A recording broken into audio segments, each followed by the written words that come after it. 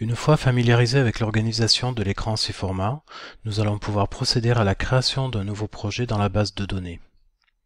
Pour cela, à partir du menu I, sous l'étiquette Projet, nous allons sélectionner l'espace de Travail.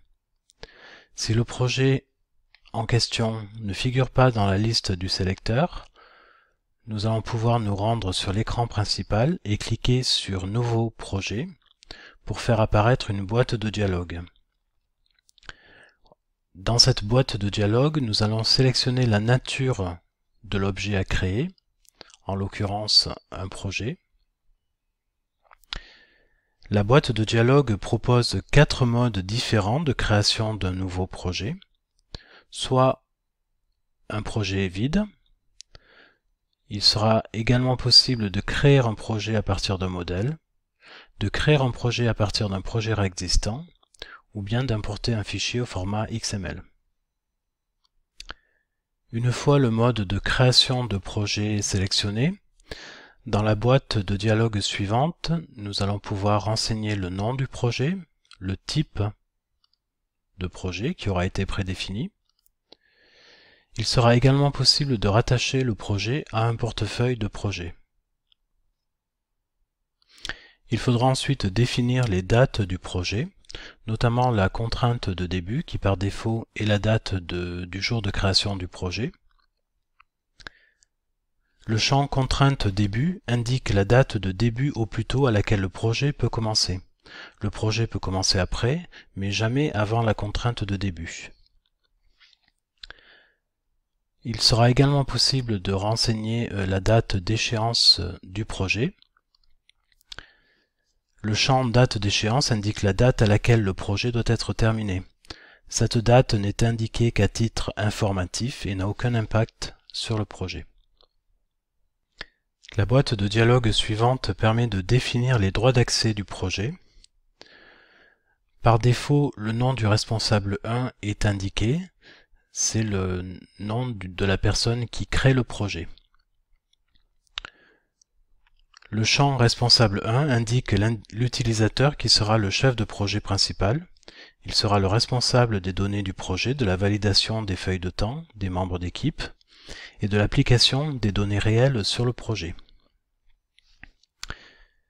Les champs responsable 2 et responsable 3 indiquent les noms des chefs de projet assistants. Ces chefs de projet auront un rôle identique à celui du chef de projet principal.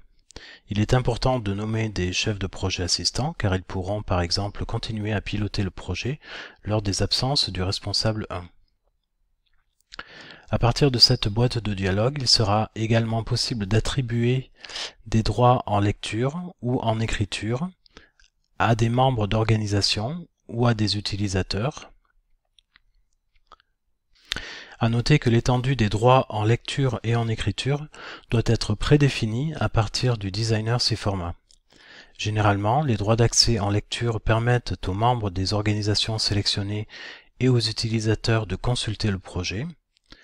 Les droits en écriture permettent quant à eux aux membres des organisations sélectionnées et aux utilisateurs de modifier le projet.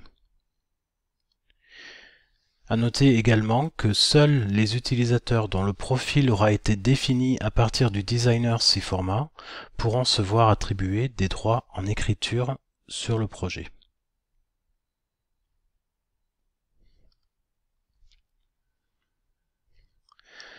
Une fois le projet créé, celui-ci vient se rajouter à la liste des projets au niveau du sélecteur. Le projet est ouvert dans l'écran principal. À noter qu'il sera à tout moment possible de modifier la liste des intervenants sur le projet, une fois le projet créé, à partir donc de l'espace de travail, de l'onglet Gantt, en se rendant sur la barre d'outils et en cliquant sur le bouton Modifier le projet sélectionné. On ouvre une boîte de dialogue et à la rubrique Intervenants, il est donc possible de modifier le nom du responsable 2 ou du responsable 3, de modifier également la liste des organisations, soit qui ont des droits en lecture ou en écriture, ainsi que la liste des utilisateurs qui auront des droits en lecture ou en écriture sur le projet.